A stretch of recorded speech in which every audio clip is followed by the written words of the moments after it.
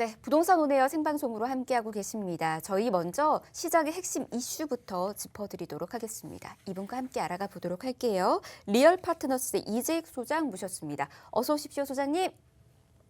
네, 안녕하세요. 네, 반갑습니다.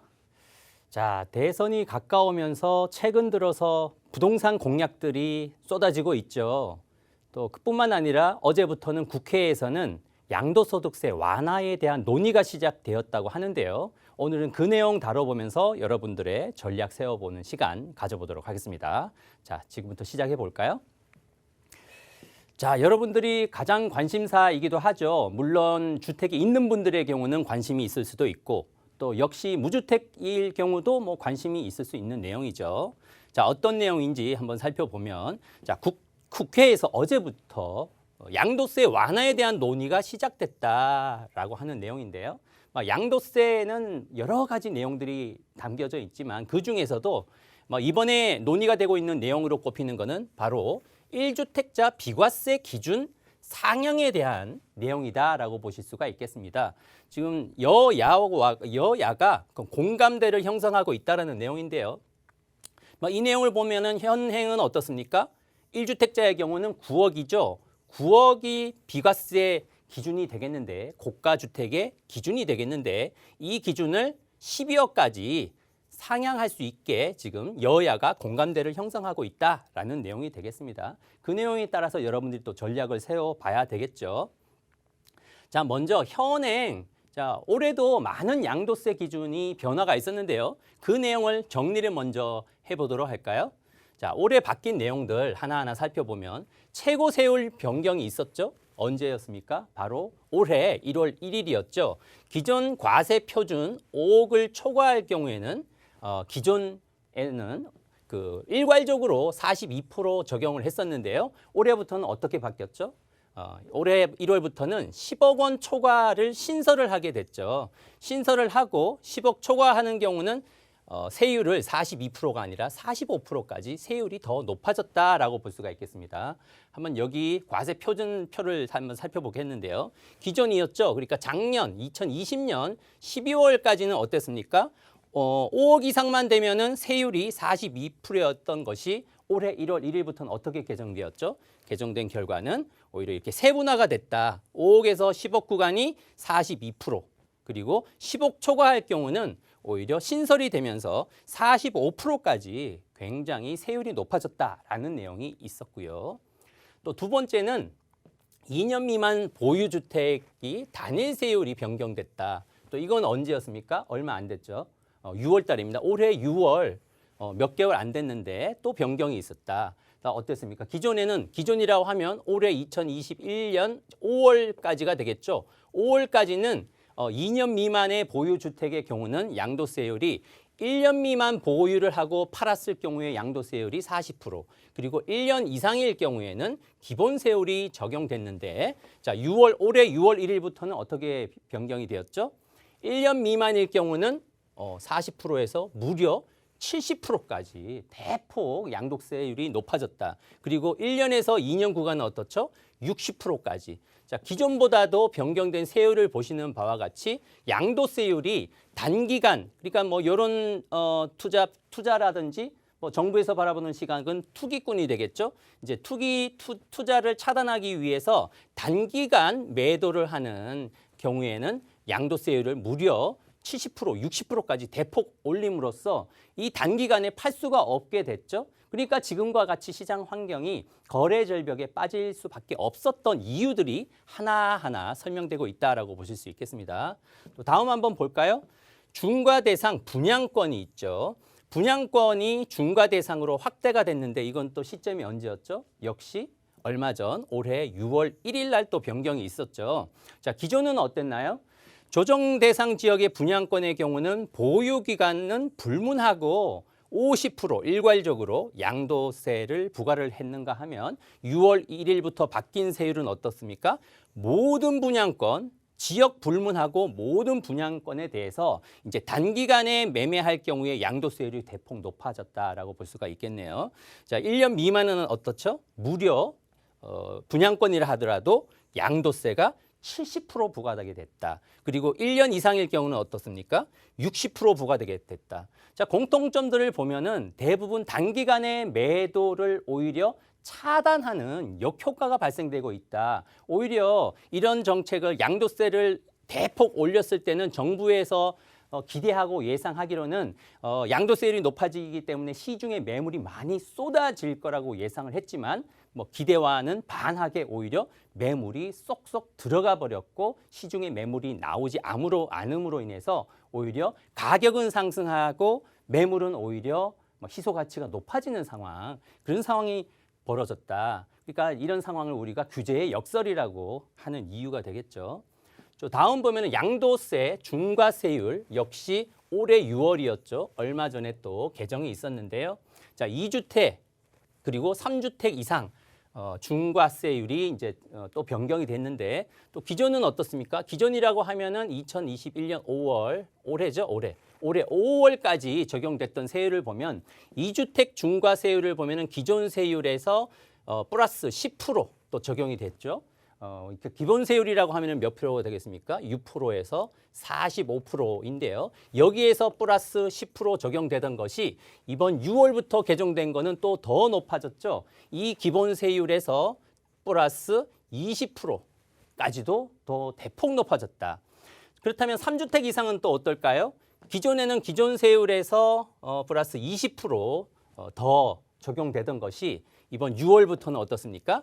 기본 세율에서 무려 30%까지 적용된다. 그러면은 얼추 우리가 비율을 계산해 보면은 기본 세율 6에서 최저 6%에서 45% 적용된다고 봤을 때 여기서 30%를 더하면 어떻게 되겠습니까? 무려 36%에서 75%. 최고 세율이 3주택, 다주택 이상일 경우는 양도세가 무려 최고 세율이 75%. 양도세의 시세 차익의 75%니까 과연 팔 사람이 있을까요? 자, 오히려 양도세율이 높아짐에 따라서 시중의 매물은 더 거래 절벽에 왔다라고 볼 수가 있겠죠. 자, 분양권도 주택수에 포함하기로 했죠. 언제부터일까요? 올해 바로 1월 1일부터다. 예를 들어서 1주택, 주택이 하나 있고 분양권을 하나 또 가지고 있다, 보유하고 있다라고 한번 가정해 볼까요? 자, 1주택 비가 이럴 경우에는 분양권도 올해 1월부터는 주택수에 들어가기 때문에 하나하나 해서 2주택이 되는 거죠. 2주택일 경우는 1주택 비과세 적용을 받을 수가 없다. 단 여기서 예외 규정은 일시적 2주택의 경우는 비과세는 적용을 한다라고 바뀌었고요. 그리고 올해 이전, 그러니까 작년까지죠. 2020년 12월까지 취득한 주택은 소급 적용은 받지는 않는다. 자, 다만 올해부터 분양권을 취득하는 경우는 주택수에 포함되는 규정으로 바뀌었다라고 볼 수가 있겠습니다. 자, 그리고 보유기간과 거주 요건도 세분화가 되기 시작했죠. 언제부터일까요? 올해 1월부터 또 세분화가 됐다.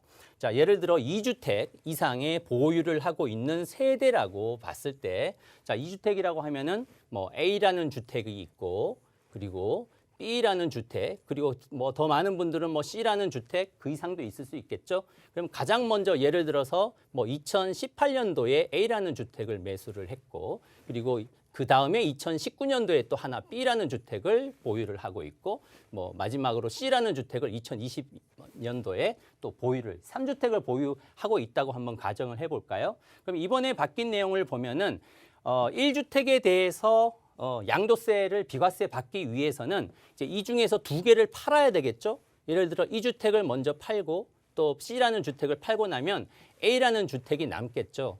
자, 기존에는 어떻겠습니까? A를 취득하는 시점부터 따져서 2년을 보유를 하면은 양도세가 비과세가 됐는데 올해부터는 바뀌었죠. 언제로 바뀌었습니까?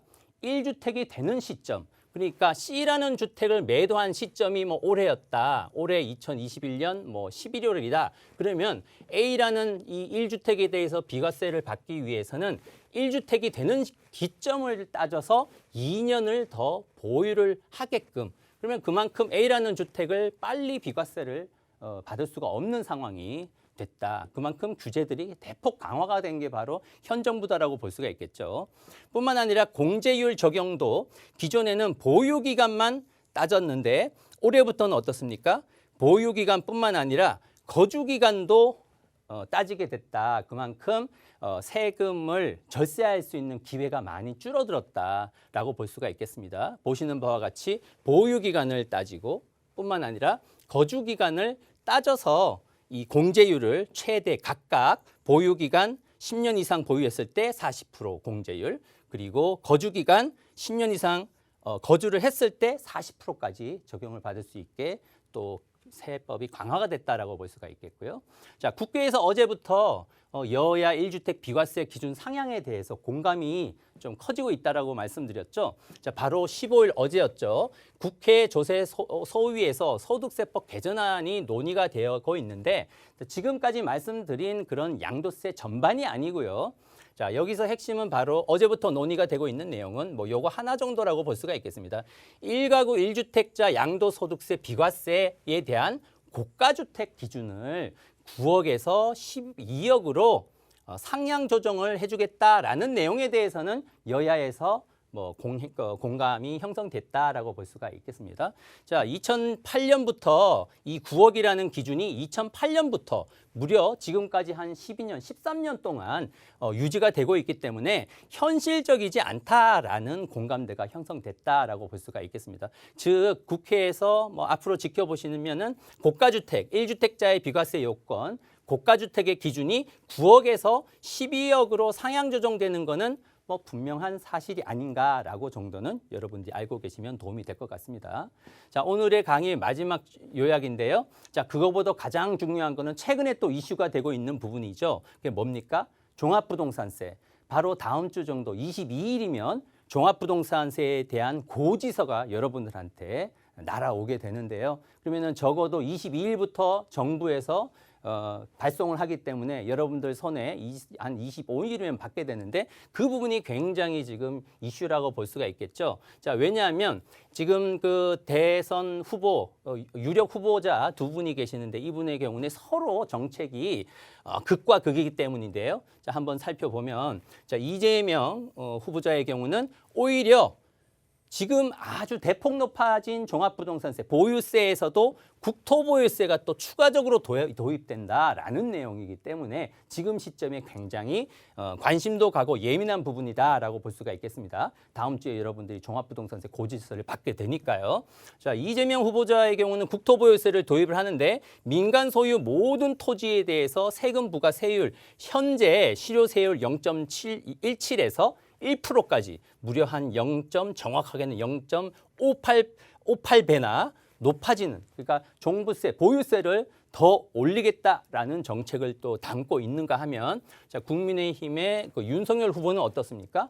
오히려 지금 시점에 뭐 어제 보도 자료들을 여러분들이 보시더라도 보유세, 종부세에 대해서 급등을 차단을 하고자 종부세에 대해서 전면 재검토를 하겠다라고 연일 보도 자료가 나오고 있기 때문에 여러분들이 관심을 가지면 좋겠다라는 말씀을 드리겠습니다. 자, 뿐만 아니라 지금 윤석열 후보자의 경우는 자, 1주택자 양도세라든지 재산세 부담도 축소를 해주겠다라고 공약에 담고 있고요. 또 다주택자 양도세를 한시적으로 감면을 해주겠다는 내용뿐만 아니라 주택 공시가격 현실화를 속도 조절을 하겠다. 대부분이 지금 과도한 여러 가지 세금을 부담을 좀 경감을 시켜주는, 줄여주는 형태로 공약을 잡고 있기 때문에 지금 시점에서 여러분들이 국회에서 논의되고 있는 양도세 완화 내용과 그리고 대선을 앞두고 대선 후보자들의 요 내용, 세금 관련된 공약 사항을